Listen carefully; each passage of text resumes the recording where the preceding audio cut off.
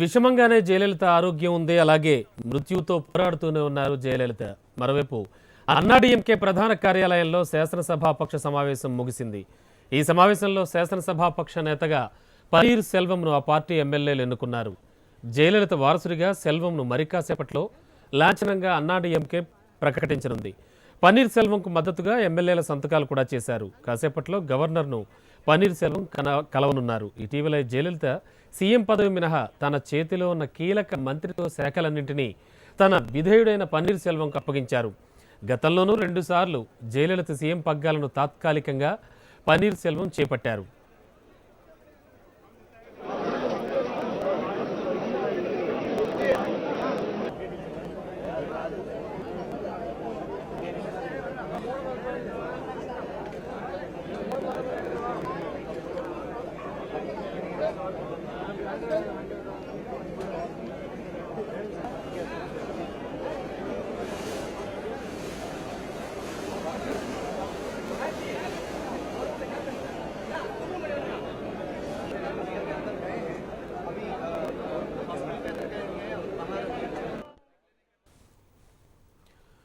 ఇక జయలలిత వారసుడిగా పన్నీర్ సెల్వంతో పాటు ప్రముఖ తమిళ సినీ హీరో అజిత్ పేరు కూడా ప్రముఖంగా వినిపిస్తోంది.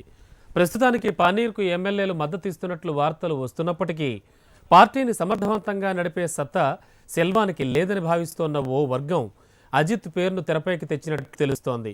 భారీ అభిమాన గణమున్న అజిత్ అయితేనే డీఎంకేను ధీటుగా ఎదుర్కోగలమంటోన్న సీనియర్లు ఈ రోజు జరిగిన కీలక సమావేశాల్లోనూ ప్రస్తావించినట్లు వార్తలు వస్తున్నాయి.